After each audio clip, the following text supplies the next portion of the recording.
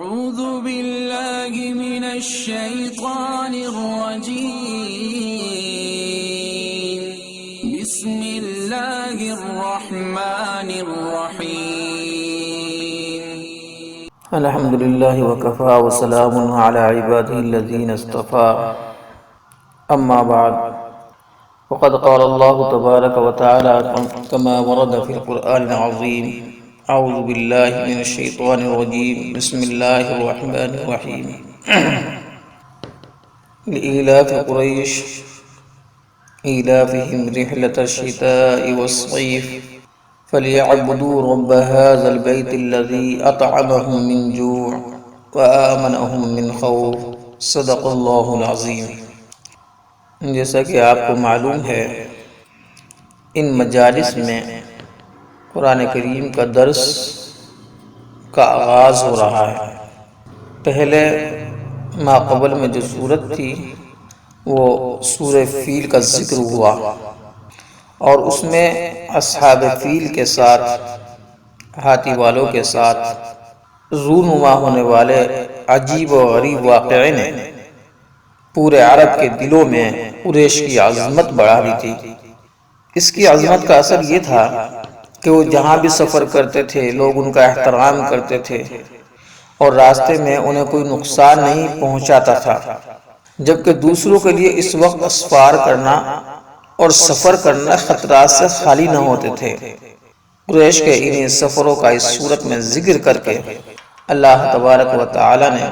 انہیں شکر نعمت کی دعوت دی کہ دیکھو، اس گھر اور عظیم گھر کی وجہ سے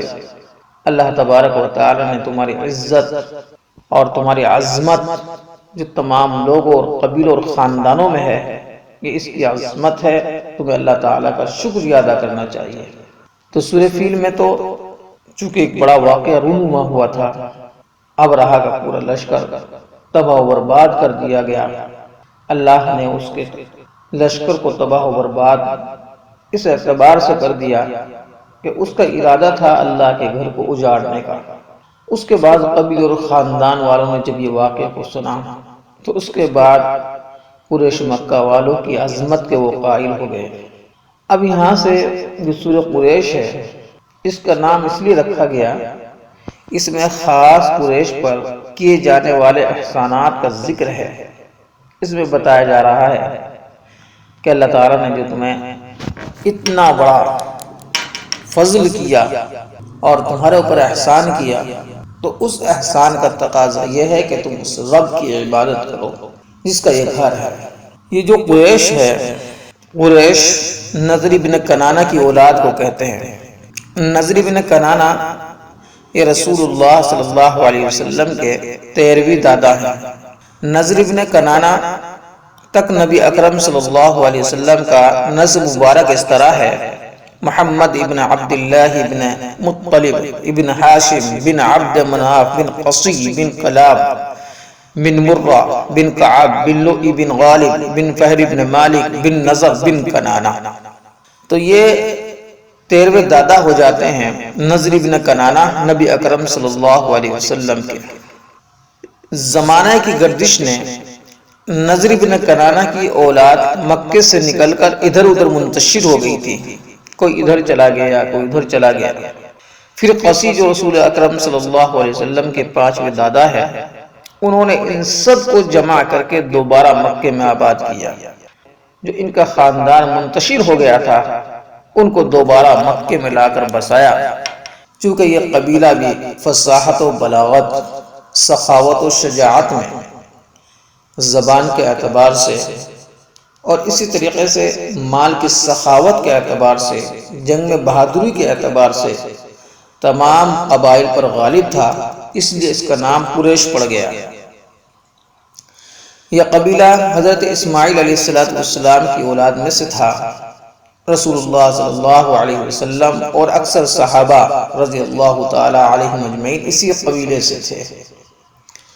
یہ لوگ مکہ المکرمہ میں رہتے تھے۔ بیت اللہ اور زمزم کے کنویں کی خدمت ہمیشہ انہی کے پاس رہی، کیونکہ یہ زمانہ جاہلیت میں جو لوگ حج کے لیے آیا کرتے تھے اور دور دور دراز سے ان کے بت یہاں پر رکھے ہوئے تھے قبیلے اور خاندان کے، تو ان کا کام یہ تھا کہ آب زمزم یہ لوگوں کو پلاتے تھے، اور اسی طریقے سے بیت اللہ کے متولی بھی تھے، تو لوگ ویسے بھی ان کو بڑے احترام کی نظروں سے دیکھتے تھے۔ اور پھر جب اصحاب فیل کی قدرتی طور پر ہلاکت نے بھی ان کی عظمت کو چار چاند لگا دیا، جب لوگوں نے دیکھا کہ اللہ تعالیٰ نے اتنے بڑے لشکر کو تباہ و برباد کر دیا،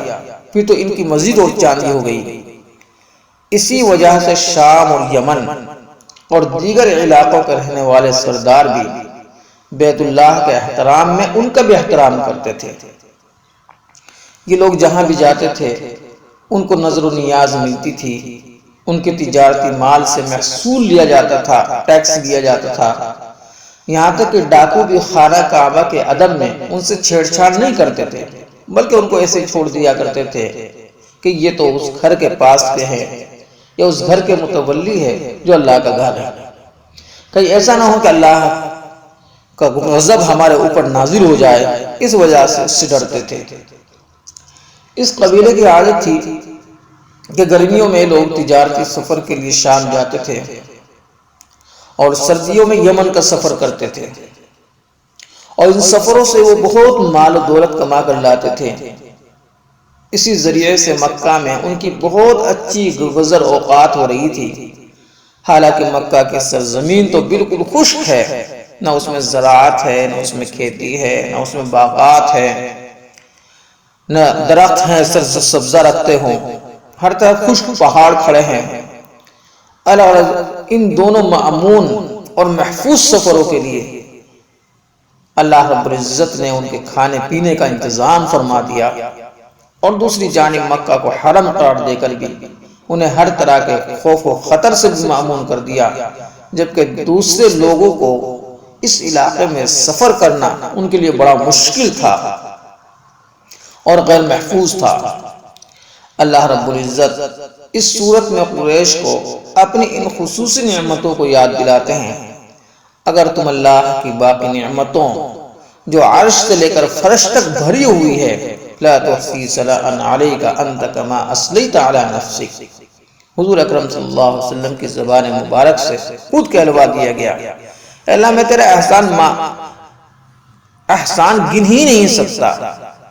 یا ان کو شماری نہیں کر سکتا، جیسا کہ تو نے میرے اوپر اتنا احسان کیا۔ پوری انسان کی زندگی احسان سے بھری ہوئی اللہ رب العزت کی، اور پھر سب سے بڑی نعمت ان پہ یہ تھی کہ خانہ کعبہ کی برکت سے تمہاری مدد کی۔ اس سے صرف نظر کیسے کرتے ہو، اس نعمت کے شکر کے طور پر ضروری ہے کہ تم اسی کی عبادت کرو اور اسی کی اطاعت کرو اور اس کے رسول کی باتوں کو تسلیم کرو۔ اس سورت مبارک کا کہ بہت سے فضائل بھی ہیں، چنانچہ ابو الحسن قزوینی نے فرمایا کہ جس شخص کو کسی دشمن یا اور کسی مصیبت کا خوف ہو، اس کے لیے سورہ قریش کا پڑھنا امان ہے، اس کو چاہیے وہ سورہ قریش کا ورد کرے۔ اس کو امام جزری رحمۃ اللہ علیہ نے نقل کر کے فرمایا یہ عمل آزمودہ اور مجرب ہے۔ اسی طرح حضرت قاضی ثناء اللہ پانی پتی رحمۃ اللہ علیہ نے، جن کی ایک تفسیر بھی ہے تفسیر مظہری، اس میں وہ نقل فرماتے ہیں مجھے میرے شیخ حضرت مرزا مظہر جانا رحمۃ اللہ علیہ نے خوف و خطر کے وقت اس سورت کے پڑھنے کا حکم دیا اور فرمایا کہ ہر بلا و مصیبت کے دفع کرنے کے لیے اس کا پڑھنا مجرب ہے۔ حضرت قاضی صاحب فرماتے ہیں میں نے بھی بارہا اس کا تجربہ کیا ہے۔ اب اس کا ترجمہ یہ ہے، اعوذ باللہ من الشیطان الرجیم، بسم اللہ الرحمن الرحیم، لإیلاف قریش، چونکہ قریش مانوس ہیں، ایلافہم رحلۃ الشتاء والصیف، گرمی اور سردی کے سفر سے یعنی وہ مانوس ہیں، فَلْيَعْبُدُوا رَبَّ هَذَا الْبَيْتِ الَّذِي أَطْعَمَهُمْ، بس وہ عبادت کریں اس گھر کے رب کی، الذی اطعمہم من جوع، جس نے کہ ان کو کھانا کھلایا بھوک سے، وآمنہم من خوف، اور ان کو معمون رکھا محفوظ رکھا خوف سے، یعنی کہ ان کو کھانے کا بندوبست کیا اللہ رب العزت نے۔ اور اسی طریقے سے علاقے میں یہ آرام کے ساتھ سفر کرتے ہیں تو خوف سے بھی اللہ تعالیٰ نے ان کو محفوظ رکھا۔ تو اب دیکھو لِإِيلَافِ قُرَيْشٍ إِيلَافِهِمْ رِحْلَةَ الشِّتَاءِ وَالصَّيْفِ فَلْيَعْبُدُوا رَبَّ هَذَا الْبَيْتِ، اس واسطے کہ مانوس رکھا قریش کو، مانوس رکھنا ان کو سفر سے، جاڑے کے اور گرمی کے، تو چاہیے کہ بندگی کرے اس گھر کے رب کی، کیونکہ مکہ میں غلہ وغیرہ پیدا نہیں ہوتا تھا، جس کی وجہ سے اہل مکہ بڑے افلاس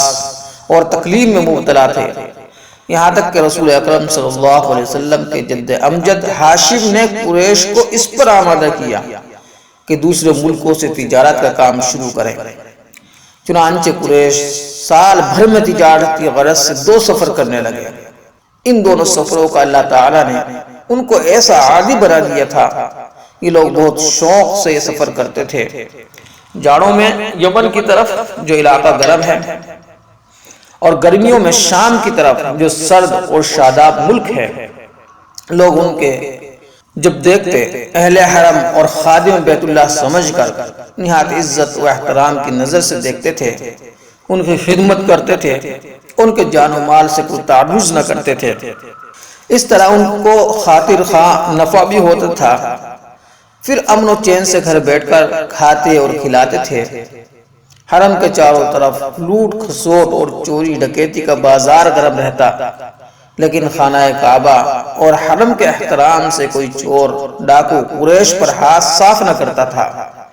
اسی انعام کو یاد دلایا کہ اس گھر کے طفیل تم کو روزی دی،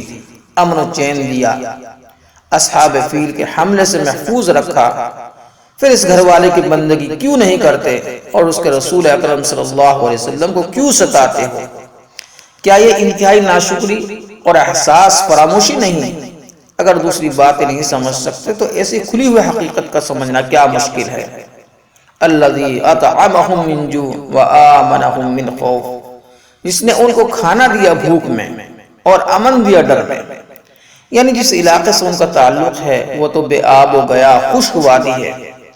وہاں کی زمین نہ قابل زراعت ہے نہ باغات ہیں کہ جن کے پھل وہ مکے والوں کو مل سکے۔ اسی وجہ سے بانی بیت اللہ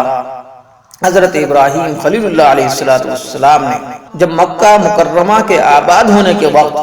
اللہ تعالیٰ سے دعا فرمائی تھی کہ اس شہر کو جائے امن بنا دے اور اہل مکہ کو ثمرات کا رزق عطا فرمائے۔ اللہ تعالیٰ نے دعا قبول فرمائی، یہاں کے لوگوں میں تجارتی سفر کی عادت ڈال دی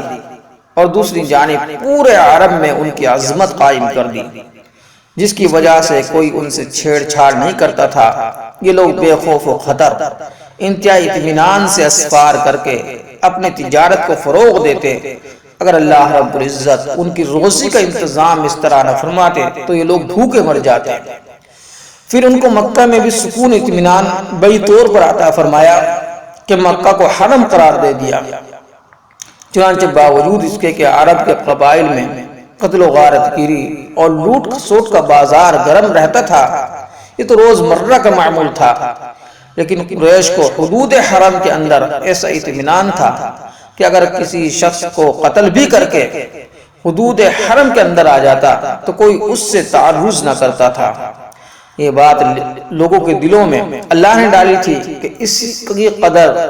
اور عظمت کی جائے کہ یہ بیت اللہ ہے، اس کا احترام کرنا ضروری ہے۔ وہ چیزیں انسانی زندگی کے لیے سب سے اہم ہیں، ایک کھانے پینے کا انتظام اور دوسرے سکون اور راحت اور بے خوفی، جو کسی بھی انسان کے خوش عیش رہنے کے لیے ضروری ہے۔ اللہ رب العزت نے ان دونوں عظیم نعمتوں کو اہل مکہ کے لیے جمع فرمایا۔ ذالک فضل اللہ یؤتیہ من یشاء، یہ تو اللہ کا فضل ہے، اللہ تعالیٰ جس کو چاہتے ہیں عطا کرتے ہیں۔ یہ دونوں نعمتیں چونکہ خصوصی طور پر اہل مکہ کے لیے تھی، اس لیے ان کا ذکر کر کے انہیں دعوت ایمان دی گئی، اور ناشکری نہ کرو ایمان لے آؤ،